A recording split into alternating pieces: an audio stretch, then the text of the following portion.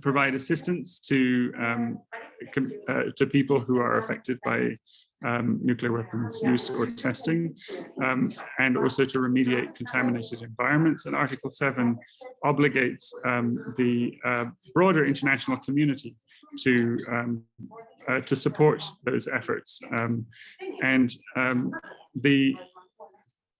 The paper by Kazakhstan and Kiribati starts to put a kind of architecture on that foundation, and things like offering suggestions about how to develop policymaking in the intersessional periods between meetings of states parties, because this meeting of states parties is only going to be 3 days long, and that's not enough time to really substantively think about how to implement these obligations. And so there's a proposal that there be meetings in between these meetings of state parties to address these particular concerns. There is a proposal to consider setting up an international trust fund that states would be able to donate money to support victim assistance and environmental remediation in affected communities. And that would be kind of discussed during this intersessional period. Those are kind of practical things. The paper also addresses more principle level issues, such as the crucial importance of ensuring inclusion and meaningful participation of people from affected communities, of indigenous peoples, of youth, of women, of academics and scientists in these discussions, so that they are not solely, a kind of bureaucratic discussion among policymakers, but that there is, within the disability community, there is the kind of slogan, nothing about us without us. And so there should also be, if there is going to be policymaking about the effects of nuclear weapons testing and how we address it, then people who themselves are affected need to be at the very center of that conversation. So this paper outlines these various kind of both practical suggestions and principles. And our hope is, with the advocacy that we're going to be doing in the room and over the next few days, is that language in the working paper will be incorporated in one way or another into an action plan that will come out of the conference. We're hoping as much as possible will be in that and adopted by the whole as kind of the recommendations for all states. We hope that as much of it will be in there as possible, and at least the core kind of recommendations that we'll be able to see.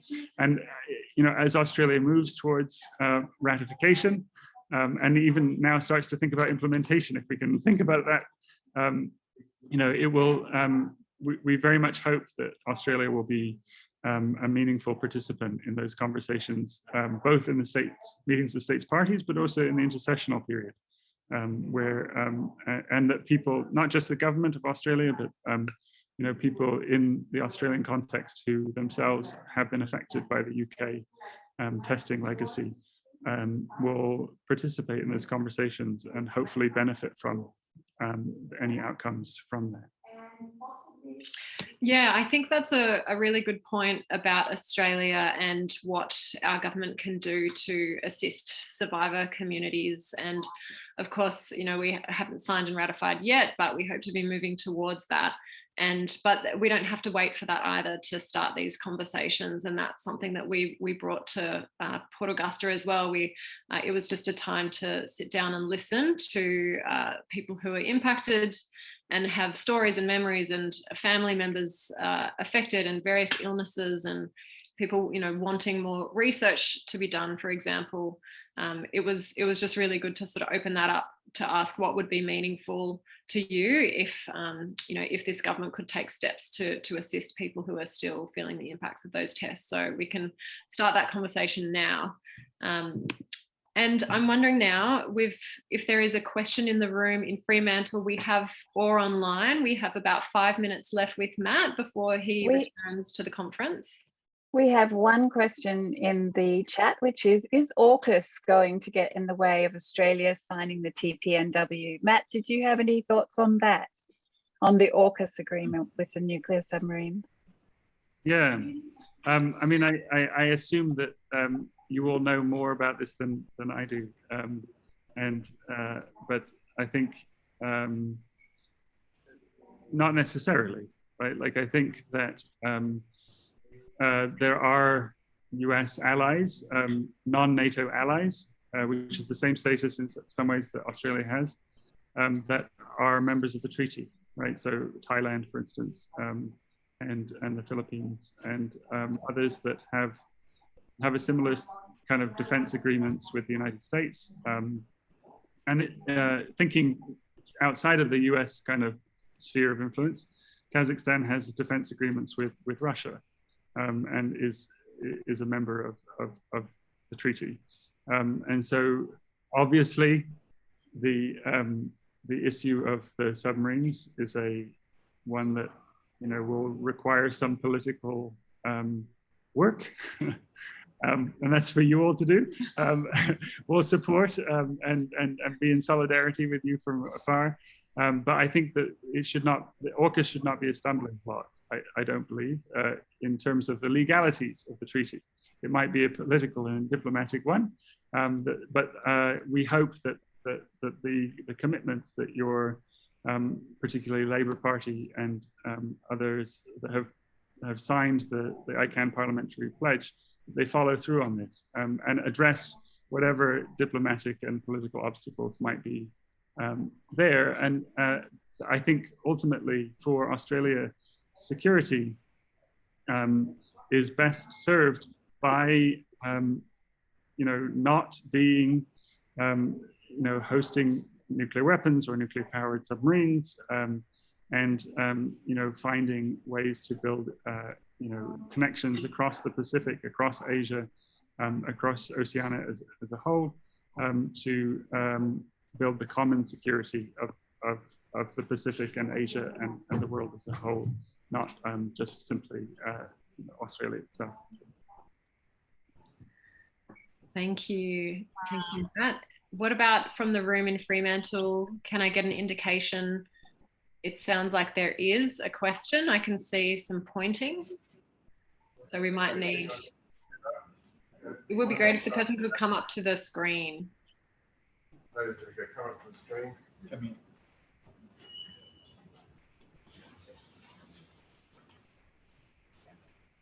Right, John. You're on. Okay. I'm John Stace. I'm a member of MAPW. It's terrific to be here. One of the things that was asked to me when I was lecturing some med students at Curtin University, one of the guys said, you know, Ukraine 35 years ago was one of the largest holder of nuclear weapons. And it also had the delivery systems for them, bombers and missiles, etc. And then there was an agreement whereby these would be sent to Russia, and Ukraine got some benefits like gas and some money. But at that time, there was a promise that Russia wouldn't do anything nasty. Well, it has, of course. So the med student who asked me this question said, well, is this an indication that those who have nuclear weapons stay safe, those who don't have them run the risk of being invaded? I'll be very glad for your perspective on this. Good question. I can address that from a couple points of view. I think that first of all, the nuclear weapons that were in Ukraine were never Ukrainian.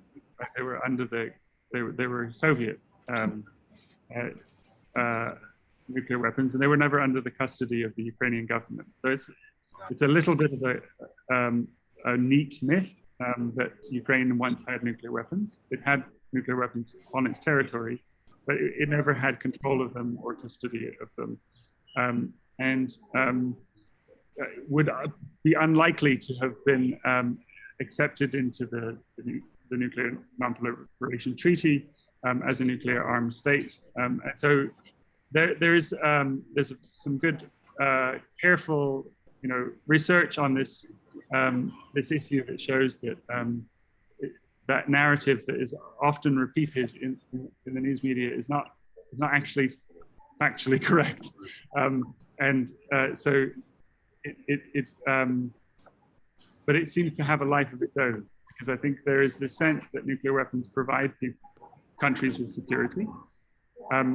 I would argue that nuclear weapons in the region have created, in part, some of the insecurity, has created a sense of impunity that has enabled Russia to act in ways that perhaps are not consistent with international law. And I think there are also other examples of states giving up nuclear weapons programs or nuclear weapons themselves that have had very different results. For instance, South Africa gave up its nuclear weapons arsenal, and that is seen within the region as having enhanced South Africa's security. Similarly, there are countries like Brazil, for instance, that gave up their nuclear weapons program. And so at heart of all of this conversation is whether nuclear weapons can be seen as something that provide security, or actually are at the heart of things a source of insecurity. And certainly they are a source of insecurity for communities that have been tested upon, or where the nuclear weapons have been used. But they also have this horrifying history of accidents and close calls that is often classified. I've just been reading some transcripts of oral histories of people who were based at a nuclear weapons base just outside of New York City. And they recall in the Cuban Missile Crisis, almost shooting down a Russian passenger jet with a tactical nuclear device. And they, at the very last minute, found out that it was a passenger jet and not a fighter jet or a bomber. So we have these very close calls, and there's this sense that somehow nuclear weapons are magic and that they would have kept, for instance, Ukraine safe, but they would have also posed a threat to the Ukrainian people as well. I'm not Ukrainian, so I can't speak in much depth about it beyond that.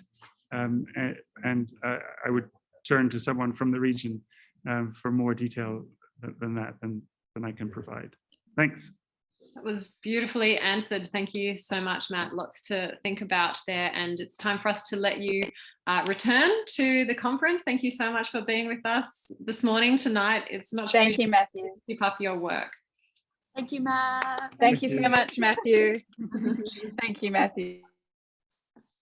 And we'll turn back now to Jemila, our anchor in Vienna. Hello, welcome back. Thank you again to Matthew. Wonderful to have your insights, and I look forward to catching up with you more over the next few days. And yeah, I think it's sort of an interesting segue into our next conversation, because a lot of the talks we have heard in the last few days have also been about regional security and regional alliances and supporting each other and creating a safe security environment in regions across different regions across the world, and then interconnecting them into this kind of global network in the vision of universalization. So it's really a great honor to now introduce you to Bedi Racule. Thank you so much for being with us. We'll spin we're very high tech here with our hubs, spin the computer around. So thank you so much for being with us. So you're based in Fiji currently, and you are the president of the Marshall Islands Student Association. Can you tell us about this group and how it's been working to raise awareness, not only in the region, but also around the world? Sure.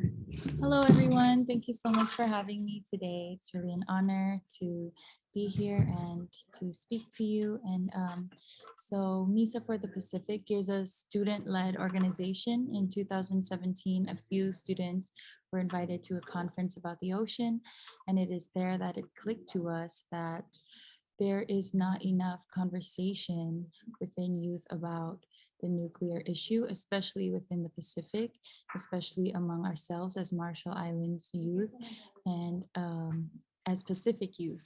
And so MISA for the Pacific movement was born, and it aimed to raise awareness among our peers at the University of the South Pacific, where we all attend school. And since 2017, we have hosted panel discussions, a solidarity march on March 1st of every year, which is the commemoration of Castle Bravo, the largest nuclear test detonated in the Pacific on Bikini Atoll. And on the very first year that we commemorated this event, there were about 40, just a few people. Oh yeah, it's really bright. There were about 40 people sitting around the front of the Japan ITC, not inside this big auditorium. And this year there was over 300 people inside the ICT with our keynote speaker, Henry Puna, the Secretary General of the Pacific Island Forum Secretariat and Ocean Commissioner. And it was so humbling to see how much solidarity and how much growth this movement has had from a humble beginning. And so now I'm here at in Vienna at the Humanitarian Conference, and participating in all these events. And it is really a privilege and honor to be able to speak up for my people and speak up for the Pacific on what we want in terms of victims assistance and environmental remediation, so that we can finally have justice and security for the Pacific. It's wonderful, Bedi. It's so wonderful to actually have you with us. Thank you so much for making the time.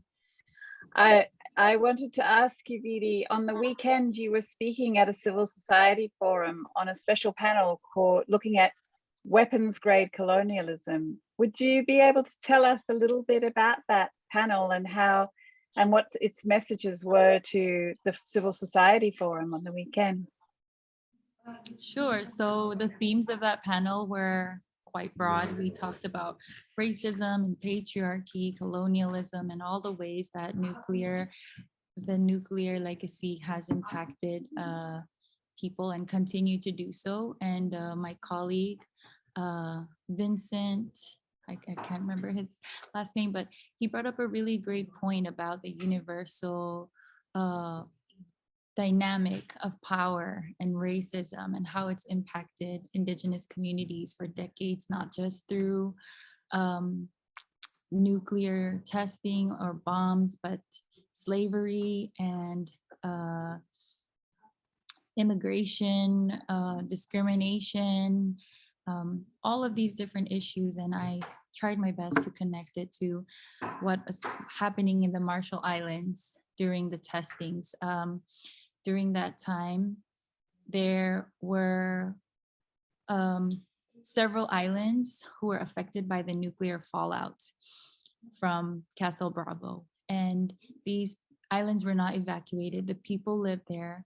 The fallout went into their drinking water, into their homes, and the children played with it as if it was snow.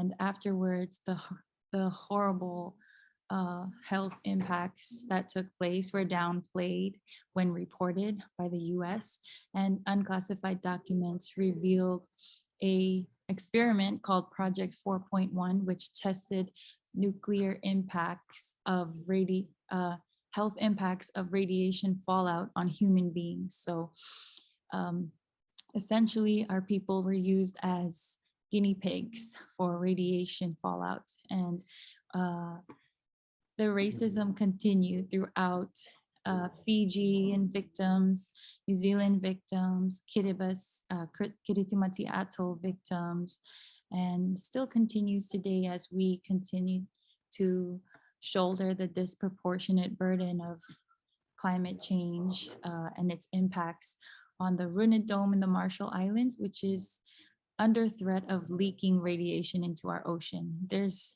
so much aspects that I can talk about for hours, but yeah, that was pretty much the gist, the essence of the conversation, is that it's quite unfair and quite unjust to be carrying out nuclear tests the way that they have.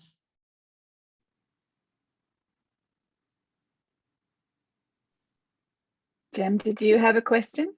Oh, yes. So also we'd like to invite questions from the room. We do have, I think, about another 5 minutes with Bedi. So, but firstly, so like Australia, the Marshall Islands, Bedi hasn't yet joined the treaty, but Fiji, where you're studying, has, along with 9 other regional nations. And so I'm wondering, what do you think it will take to bring the entire region on board?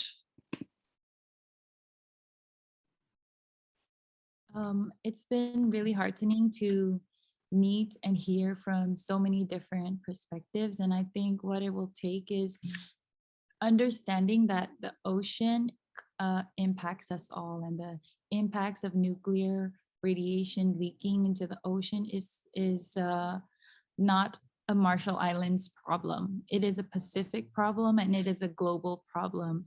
There is no box around our country that keeps the radiation inside. It has spread to everyone, and it's impacted everyone. And I think we all need to realize that it's everyone problem. And I hope that our state leaders and regional leaders will continue to push that and emphasize that. And that is our slogan at MISA for the Pacific, as we like to say, my fish is your fish, and doesn't matter where you come from, but you will be impacted by this legacy. And I just also want to emphasize that this is urgent, and I think we need to, I really celebrate what's been happening so far and the progress that has been made, but we need to hurry up. The victims in Australia and Marshall Islands and Japan are nearing the end of their life before they see justice.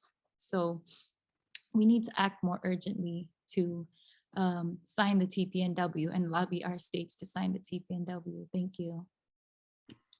Thank you so much. There is just a question here in the chat. Will there ever be long-term epidemiological study into the health and social effects of the many tests on the people of the Pacific? I hope so. And I think that if we want these things, we should be pushing and supporting the education and agency of Pacific youth, because there is a lot of mistrust. There can be studies, but we can't trust them unless they are from us. And so I hope that education is something that is talked about as well, and something that will be supported, not just from the states, but civil society and anyone who is willing to step up and put in the work to create this knowledge base for us to help ourselves. Wonderful, Bedi.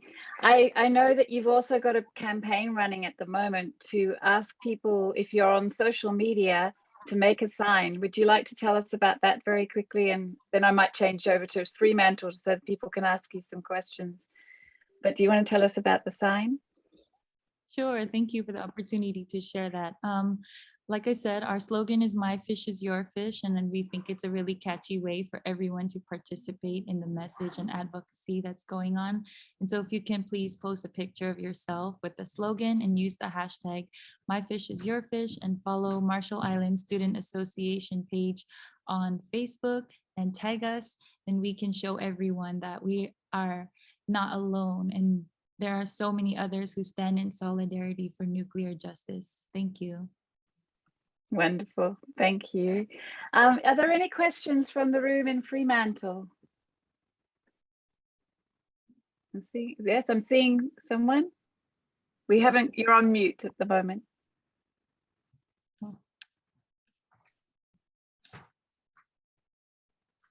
I'm not hearing anyone from Fremantle at the moment, sorry.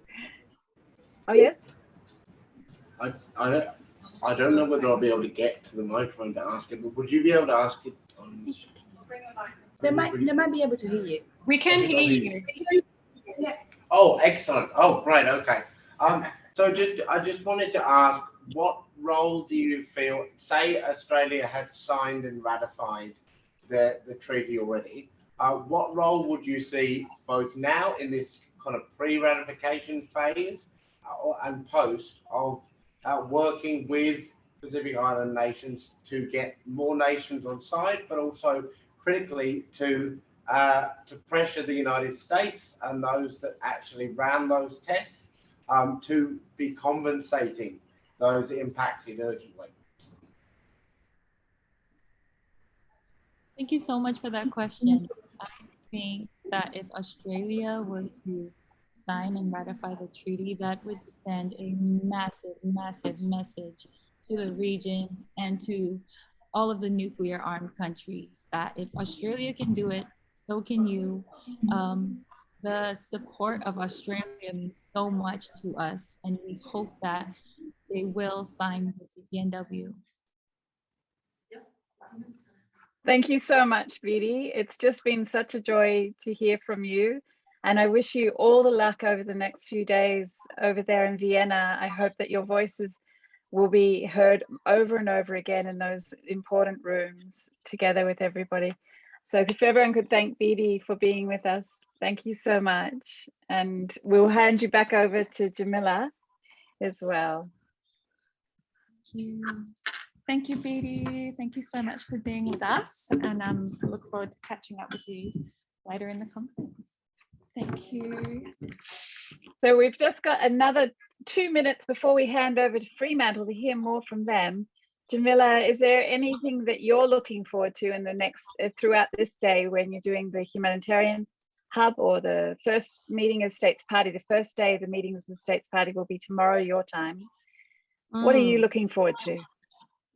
Well, obviously, I'm looking forward to meeting our Australian delegation, and I am very excited to also be joining Bedi and a number of other Pacific friends at a special side event that's being coordinated by Pacific communities. So, you know, it's very humbling to be invited in as an Australian into that space and into that event and carry the stories from Australia and our kind of shared legacy of nuclear testing into that event. And it will be, yeah, I think it's an example of, yeah, we are building the regional security from the ground up, and we are collaborating together in our regions, even if our governments are, you know, not necessarily always on the same page or not at different stages of signature and ratification and commitment to the nuclear ban. So we are continuing to build that here together. And obviously when we leave here we will continue to do that work. And I think that's the message that's being mirrored and expressed coming from regions all across the world that are collaborating together and really building this new security, outside of, you know, nuclear deterrence and the threat of nuclear weapons. So yeah, I'll be really looking forward to that event. I'm not sure if it will be available to stream, but yeah, certainly looking forward to being a participant, and that's probably one of the highlights for me in the coming days. That's great. Thank you so much. It's wonderful to have you as our anchor there in Vienna, and we'll be checking back in with you on Wednesday and on Friday. And in the meantime, I'd love to cross over now to focus on Fremantle and what's happening in the room there.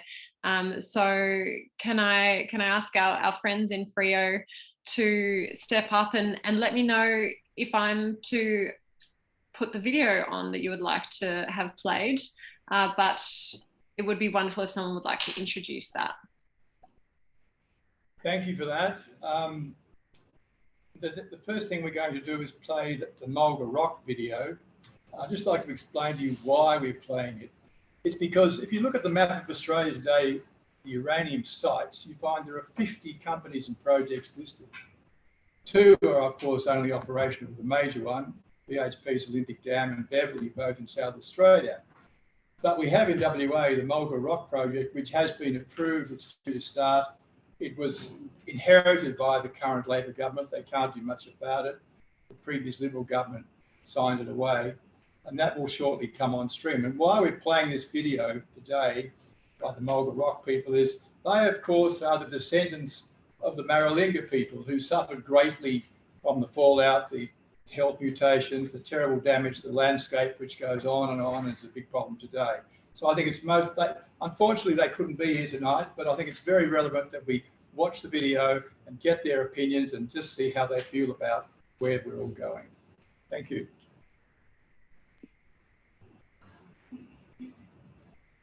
Is that for me to play it? Yeah. Yep, okay. Sorry. Thank you, I will do that now.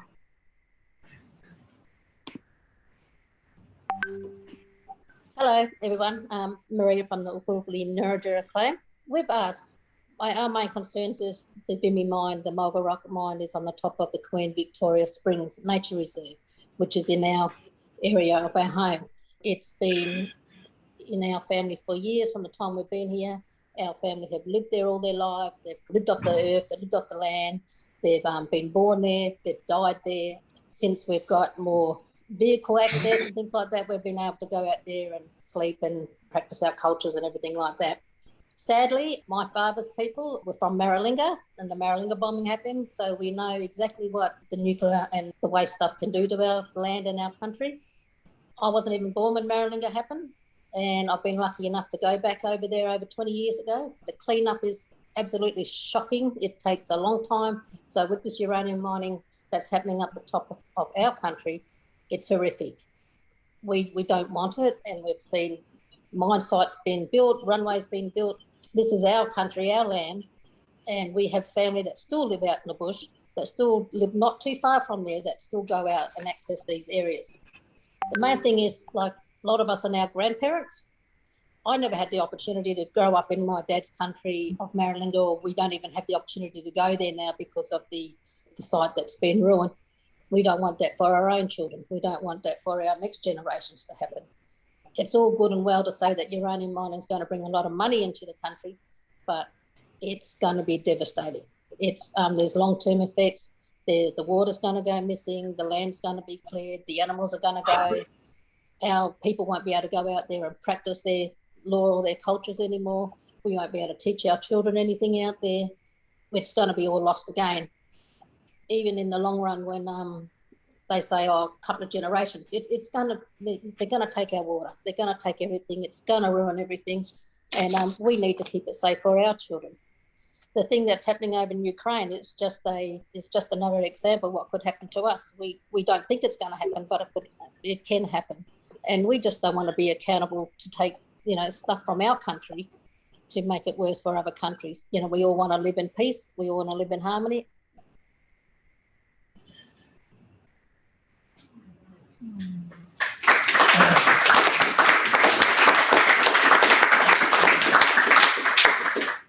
Thank you for that. We'll press right along.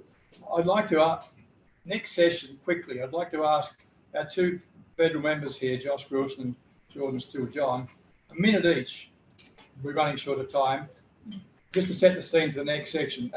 And the question is, Josh, in the life of this Parliament, what will be the best route for getting the treaty on the prohibition of nuclear weapons signed and ratified?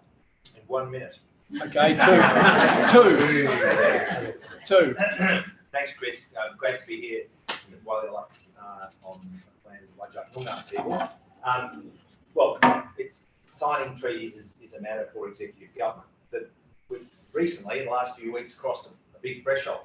And the threshold is the election of a Labor government. And it's a Labor government that welcomed the entry into force of the TPNW. And it's a Labor government that is committed to signing and ratifying the TPNW. And it's a Labor government that has as part of its national platform since 2018 that commitment. And I was glad to be in South Australia at the national conference in 2018 where that commitment was secured. I was one of the people involved. I'm not going to say I was a central player in securing that commitment, but I was part of it, and I put my shoulder to that wheel because I grew up in an activist anti-nuclear community. I grew up in a community that elected senator from Western Australia who ran as a member of the Nuclear Disarmament Party.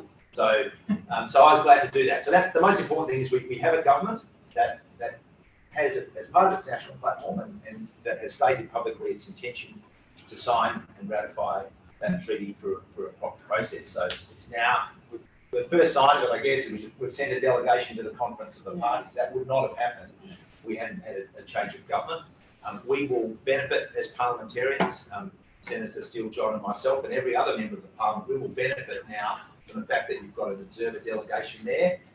We will see the action plan that will come out of this conference of the parties, and that will help us all as a community, but certainly as a parliament, to look at the kinds of things that being signing and ratifying the treaty will involve. And in my view, seeing those things will not present a further barrier. They will actually make it clear to all of us as parliamentarians what the community already knows, which is we can be part of that positive change, and we have to keep all of us in every country in the world, but particularly those of us who have the privilege to be representatives in a national parliament. We have to keep finding ways to say yes to peace and disarmament and nuclear non-proliferation, rather than finding ways to forestall that kind of progress. It's desperately needed. It's needed now more than ever. It is possible. It is necessary, and I look forward to being part of that work. Yay.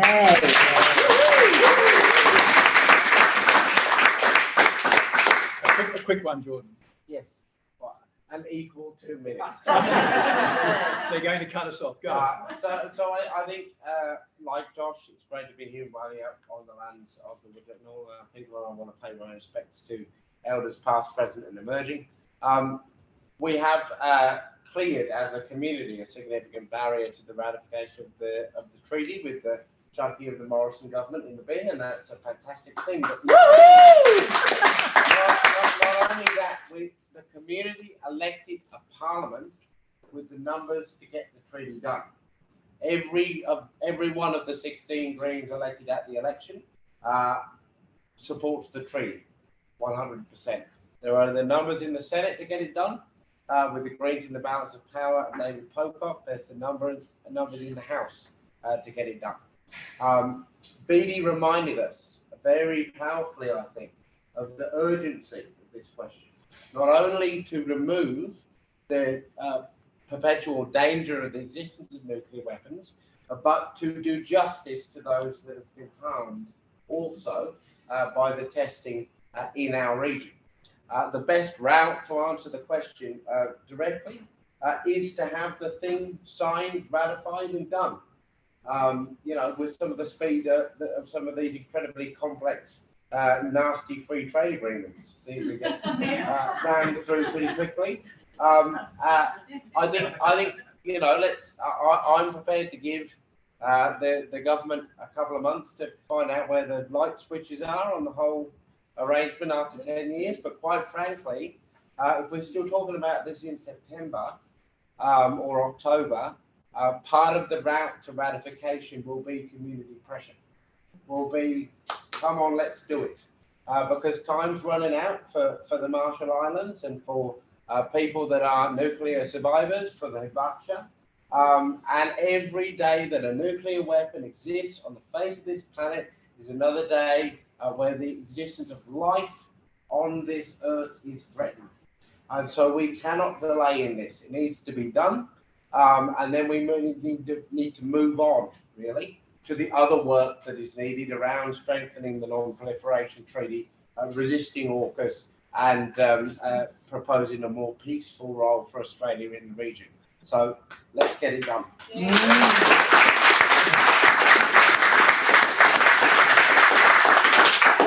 So to wrap that up, this session, WA faces nuclear subs in our ports, uranium mines in our towns, on a land where we've already been severely impacted. So thank you for those thoughts.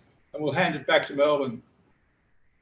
Well, we would love to hear from Jo as well, if she's got a minute to.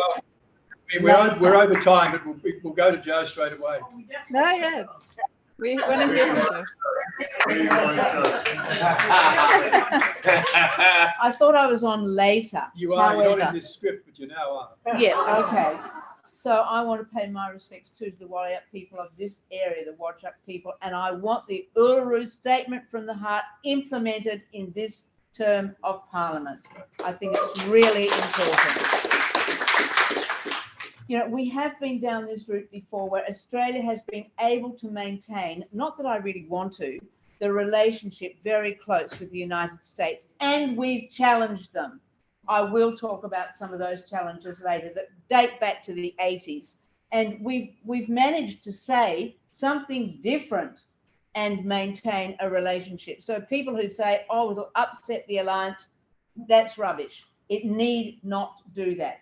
But we need to listen to our Pacific neighbours. I mean, they've been crying out for Australia to take a stronger line on climate action, for example, and now on this. For example, I think people have forgotten that we've got a South Pacific Nuclear Free Zone Treaty, SPINFIZ, from 1985. It's still there. Let's make sure we bring that into the conversation. The Pacific nations do not want us to have nuclear submarines in our part of the world. They're totally irrelevant and they'll be obsolete before they hit the water if they're ever built. So we've got to be really strong about AUKUS. We've got to be really strong to resist the pressure from our great friend and ally to do what we're told. We don't need to do what we're told.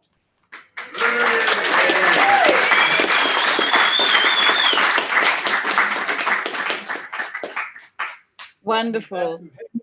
We're handing back to Melbourne now. Wonderful, thank you. And rarely should we do what we're told, Joe, unless you're telling us to do it.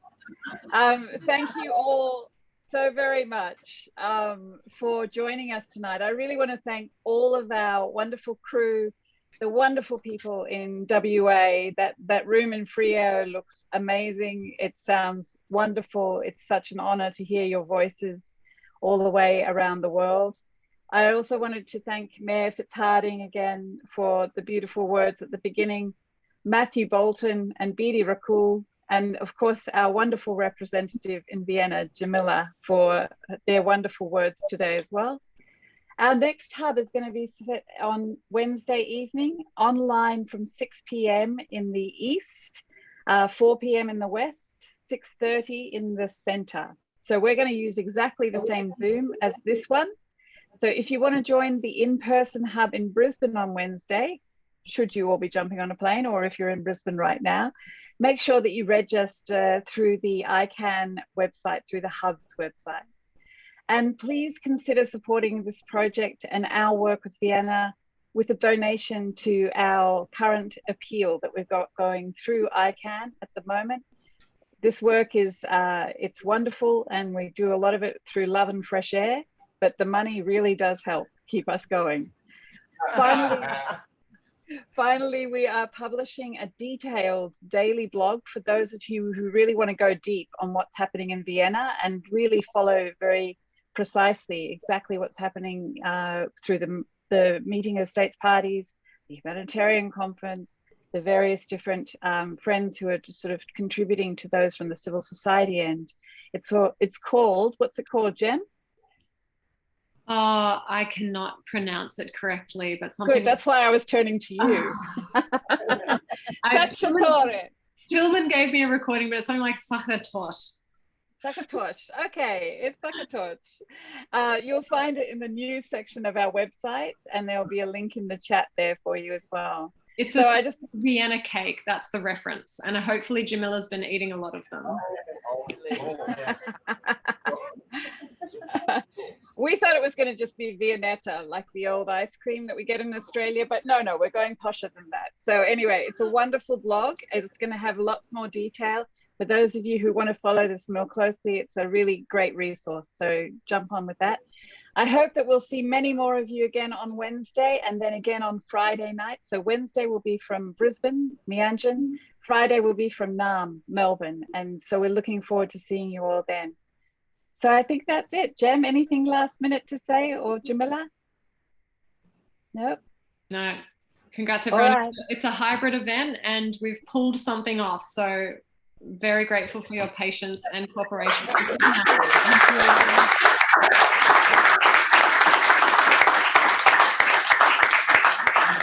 Enjoy the time in Fremantle. I wish we could all be there with you. So have a wonderful evening.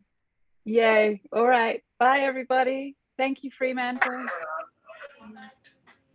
So before we go to have a drink and a chat and stretch. And food. Definitely food. There's some hungry people.